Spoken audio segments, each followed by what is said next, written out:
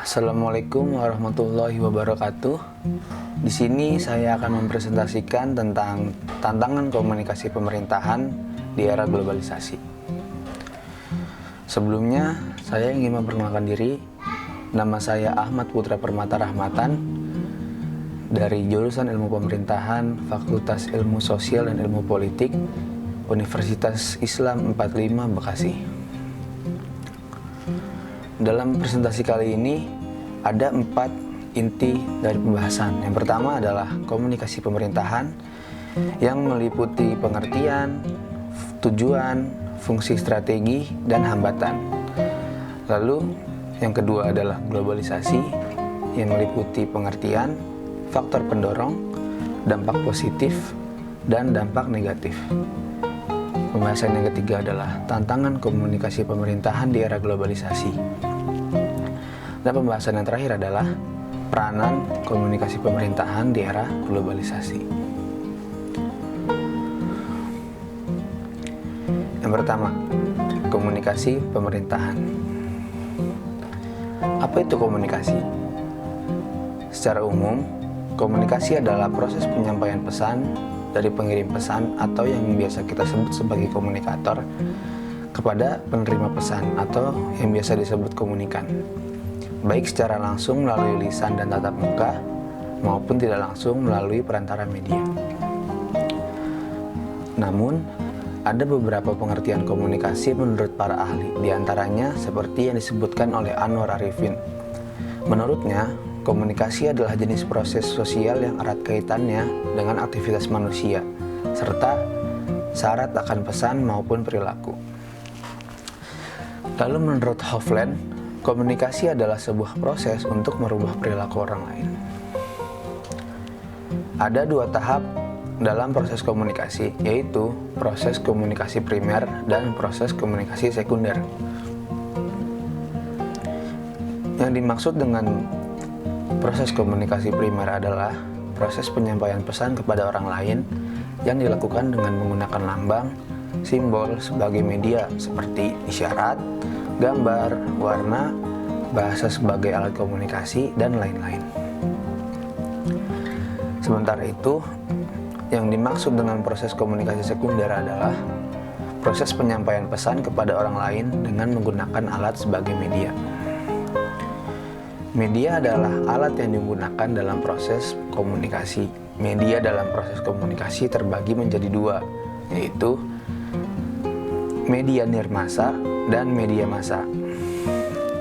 Yang dimaksud dengan media nirmasa adalah media non-massa yang digunakan untuk menyampaikan informasi seperti surat, telepon, telegram, poster, spanduk, papan pengumuman, radio amatir, dan lain-lain. Pengertian lainnya merujuk pada media komunikasi massa atau media massa, yaitu berbagai bentuk alat dan sistem yang digunakan dalam konteks komunikasi massa. Media massa menurut para ahli mencakup surat kabar, majalah, radio, televisi, dan internet. Lalu, apa itu pemerintahan? Secara etimologis, kata pemerintahan diambil dari kata pemerintah, sedangkan kata pemerintah sendiri berasal dari kata perintah yang mengandung makna menyuruh, melaksanakan, dan melakukan sesuatu pekerjaan. C.F. Strong mendefinisikan pemerintahan dalam arti luas sebagai aktivitas badan-badan publik yang meliputi kegiatan legislatif, eksekutif, dan yudikatif dalam usaha mencapai tujuan negara. Sedangkan pemerintahan dalam arti sempit adalah setiap kegiatan badan-badan publik yang hanya meliputi kekuasaan eksekutif. Pemerintahan juga dapat didefinisikan dari segi struktural fungsional sebagai sebuah sistem struktur dan organisasi dari berbagai macam fungsi yang dilaksanakan atas dasar-dasar tertentu untuk mencapai tujuan negara.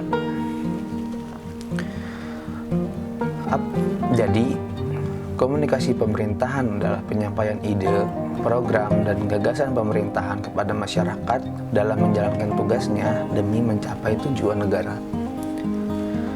Komunikasi pemerintahan sendiri memakai sistem satu arah, di mana komunikasi tersebut dilakukan oleh satu pihak saja, yaitu pemerintah.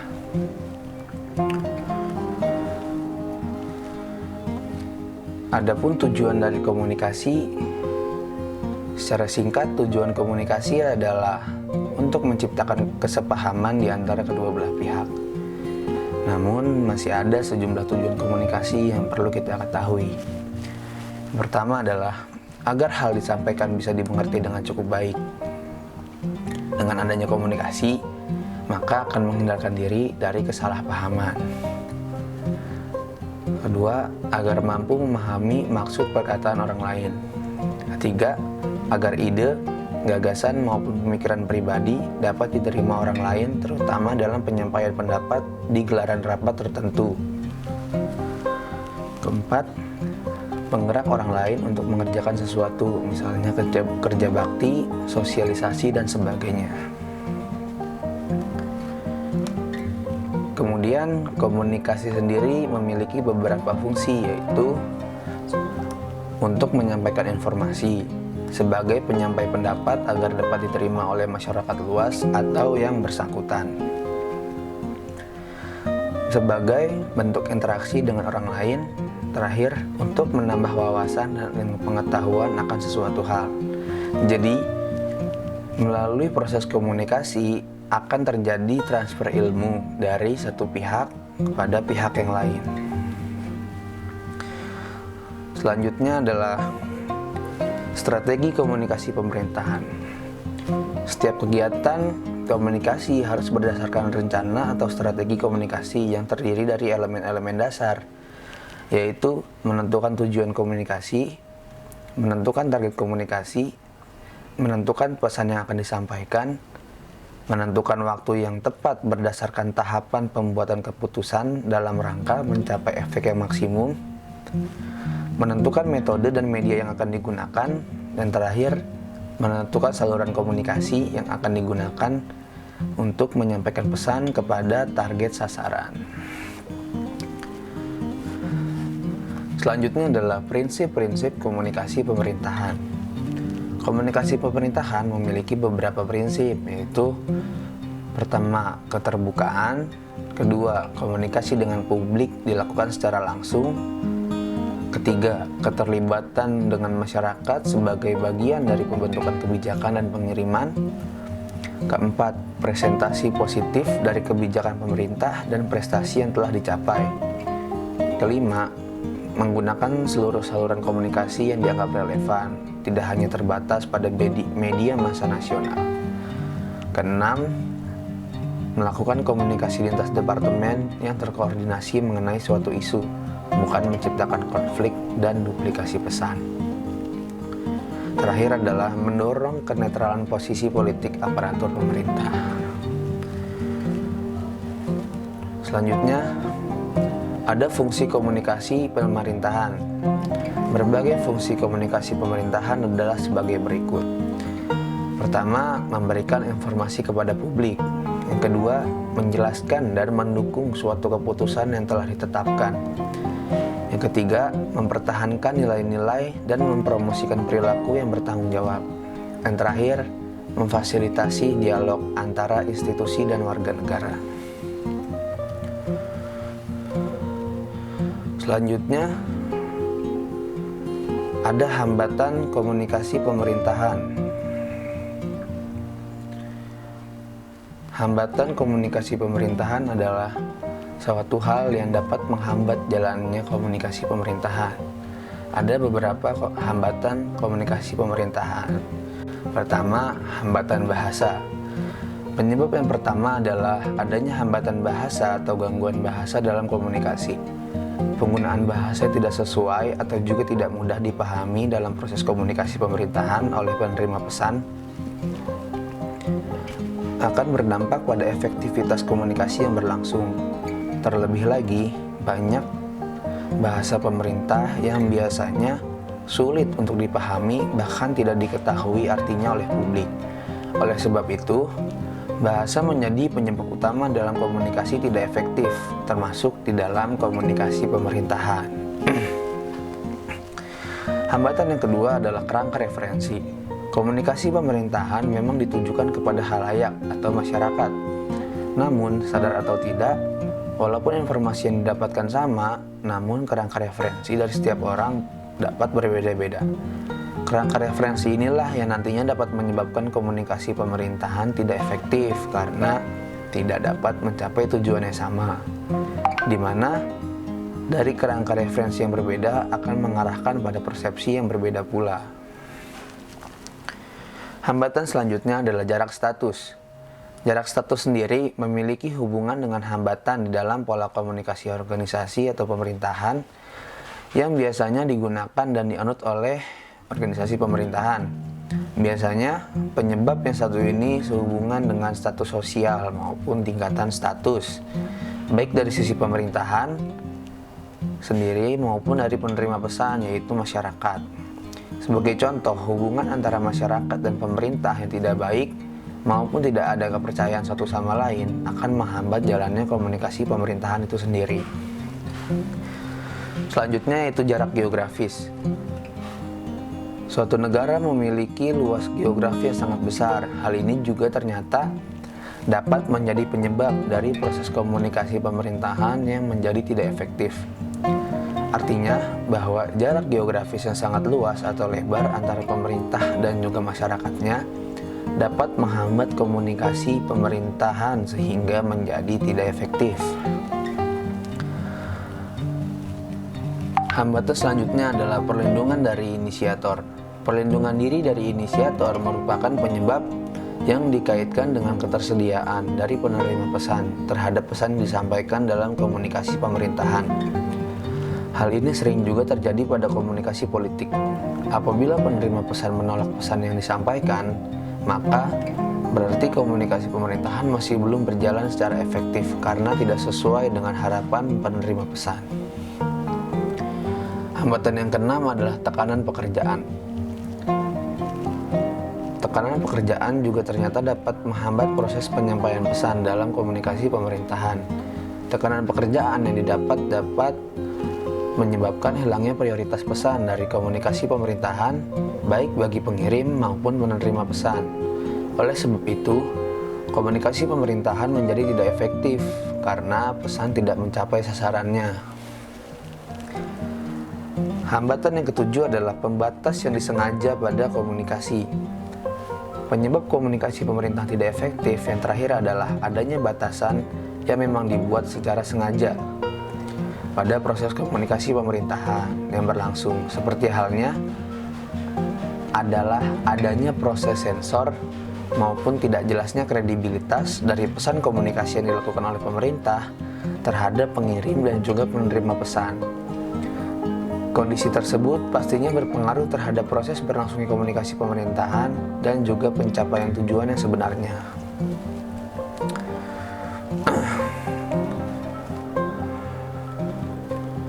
Selanjutnya adalah globalisasi. Istilah globalisasi diambil dari kata globalize yang merujuk pada kemunculan jaringan sistem sosial dan ekonomi berskala internasional. Dengan pengertian lain, globalisasi adalah proses mendunianya suatu hal sehingga batas antara negara menjadi hilang.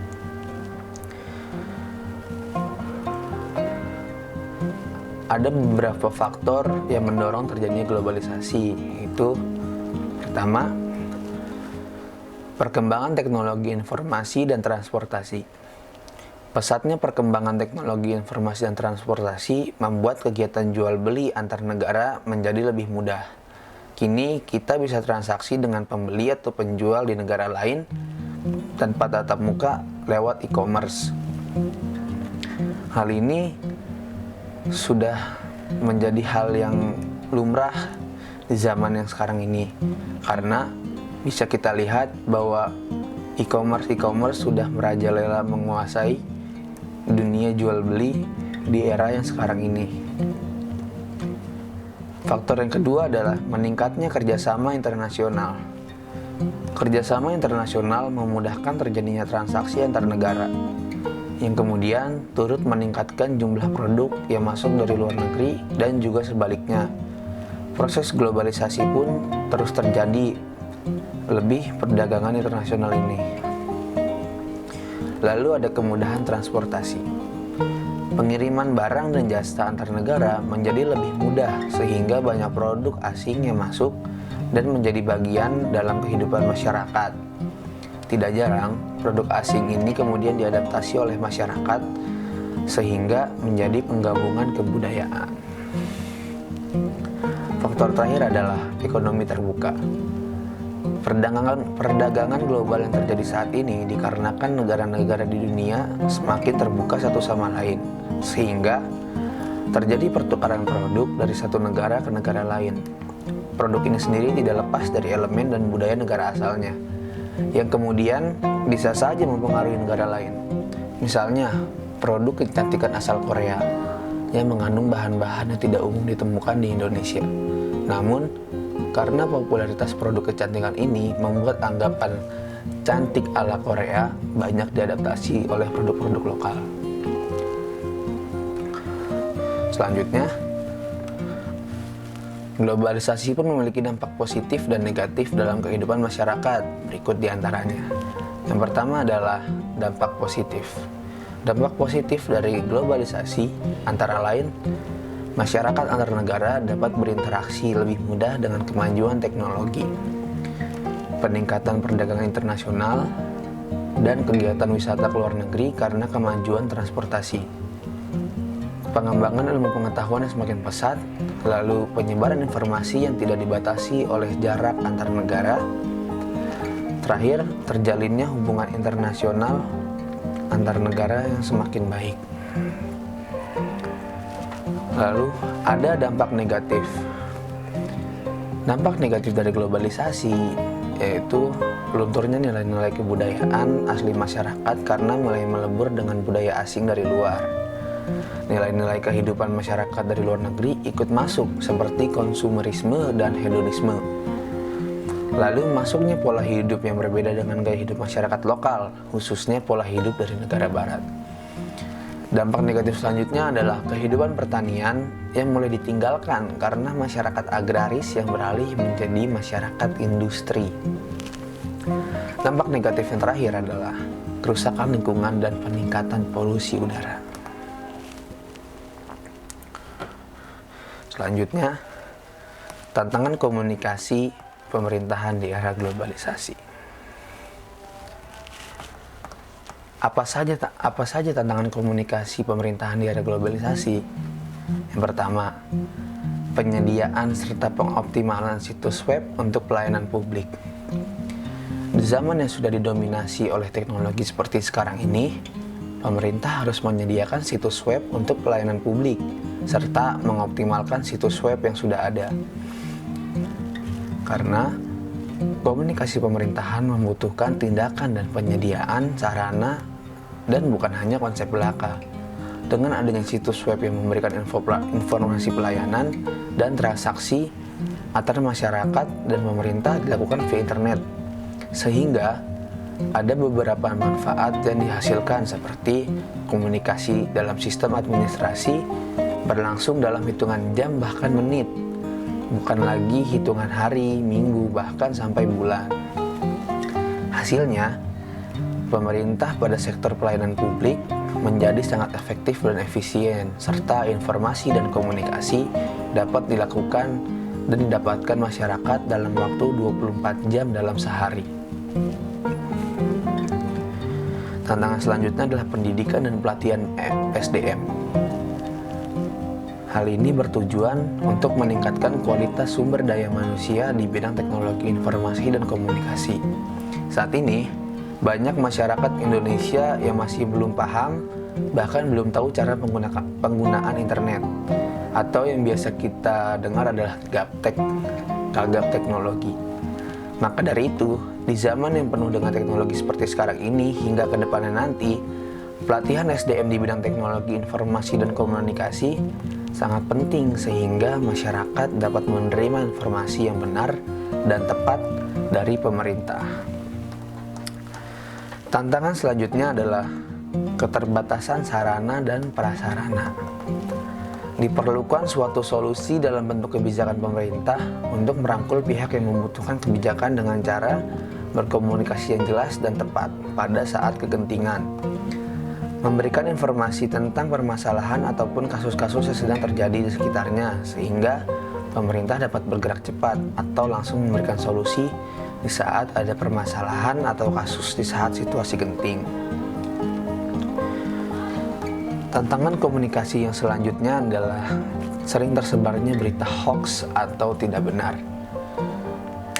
Di zaman yang penuh teknologi sekarang ini, dan informasi dapat kita dapat dengan sangat cepat dan mudah, banyak berita-berita palsu atau berita hoax yang sering kita dengar atau yang sering kita baca, itu membuat masyarakat dapat keliru ketika menerima pesan.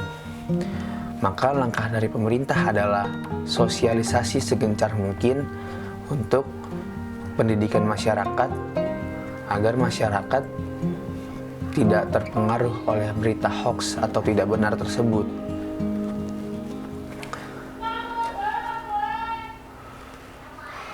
Lalu yang terakhir ada peran komunikasi pemerintahan di era globalisasi. Peran komunikasi pemerintahan di era globalisasi pertama, meningkatkan kreativitas. Kreativitas individu dapat dilihat dari cara komunikasi seseorang. Komunikasi antar individu dengan individu lainnya dapat meningkatkan kreativitas karena terdiri atas ide-ide dan tanggapan seseorang. Komunikasi semakin modern dengan kemunculan teknologi yang semakin inovatif. Oleh karena itu, individu yang berkomunikasi di era globalisasi ini cenderung lebih kreatif dengan memanfaatkan berbagai macam teknologi yang telah tersedia. Komunikasi dapat dilakukan secara fleksibel dan aksesibilitas. Lalu ada peran kedua, yaitu mengekspresikan diri.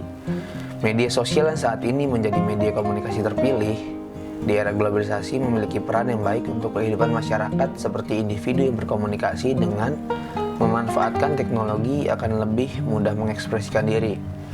Individu akan mengekspresikan diri melalui media sosial, seperti memposting konten-konten yang berhubungan dengan pengalaman dirinya atau yang menunjukkan kehidupannya. Komunikasi di era globalisasi ini tentu sangat mudah untuk mengekspresikan diri dengan bebas selama masih dalam lingkup yang wajar.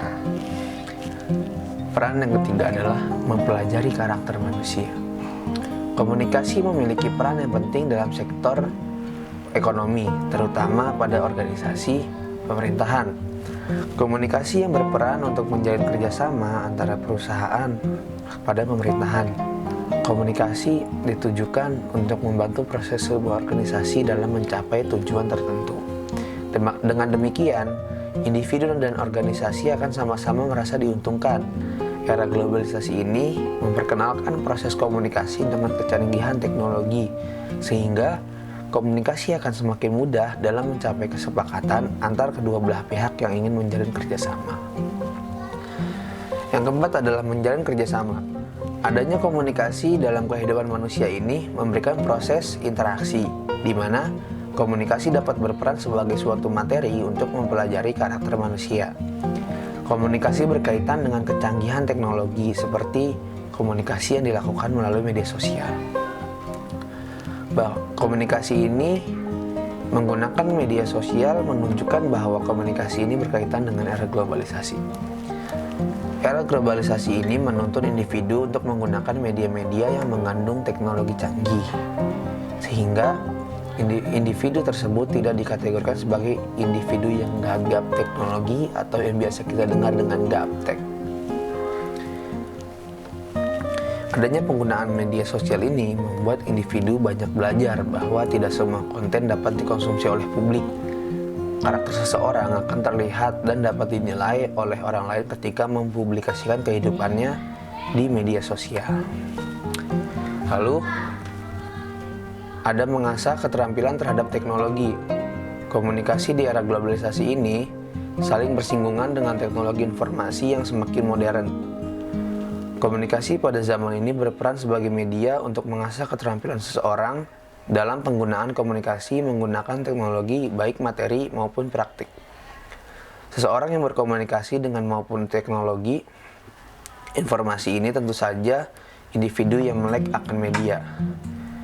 Adapun individu yang tidak mampu mengoperasikan media komunikasinya itu sendiri, ia akan tetap mengetahui perkembangan komunikasi sesuai dengan zamannya atau mengasah keterampilan teknologi yang sudah didapat menjadi lebih baik lagi.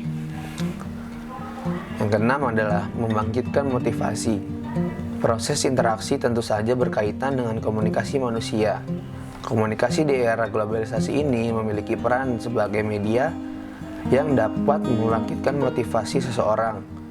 Motivasi yang dapat disalurkan berupa motivasi yang membangun, terutama dalam mencapai teknologi yang semakin modern dan mempermudah seseorang dalam kehidupan sehari-hari. Terakhir adalah mempermudah mengakses informasi. Kecanggihan teknologi ternyata mampu mempengaruhi komunikasi di dalam masyarakat. Komunikasi di era globalisasi ini melibatkan teknologi seperti penggunaan internet, gawai, dan lain sebagainya. Kecanggihan teknologi dalam komunikasi ini memiliki peran untuk mempermudah manusia dalam mengakses informasi dari berbagai aspek, mulai dari ekonomi, sosial, politik, dan aspek lainnya. Dengan adanya komunikasi yang memanfaatkan teknologi ini, rupanya mampu mencakup informasi baik dari dunia domestik maupun internasional. Oleh karena itu, komunikasi menjadi suatu hal yang berperan penting dalam perubahan dunia. Sekian saja presentasi dari saya. Kurang lebihnya mohon maaf. Billahi taufiq wal hidayah. Wassalamualaikum warahmatullahi wabarakatuh.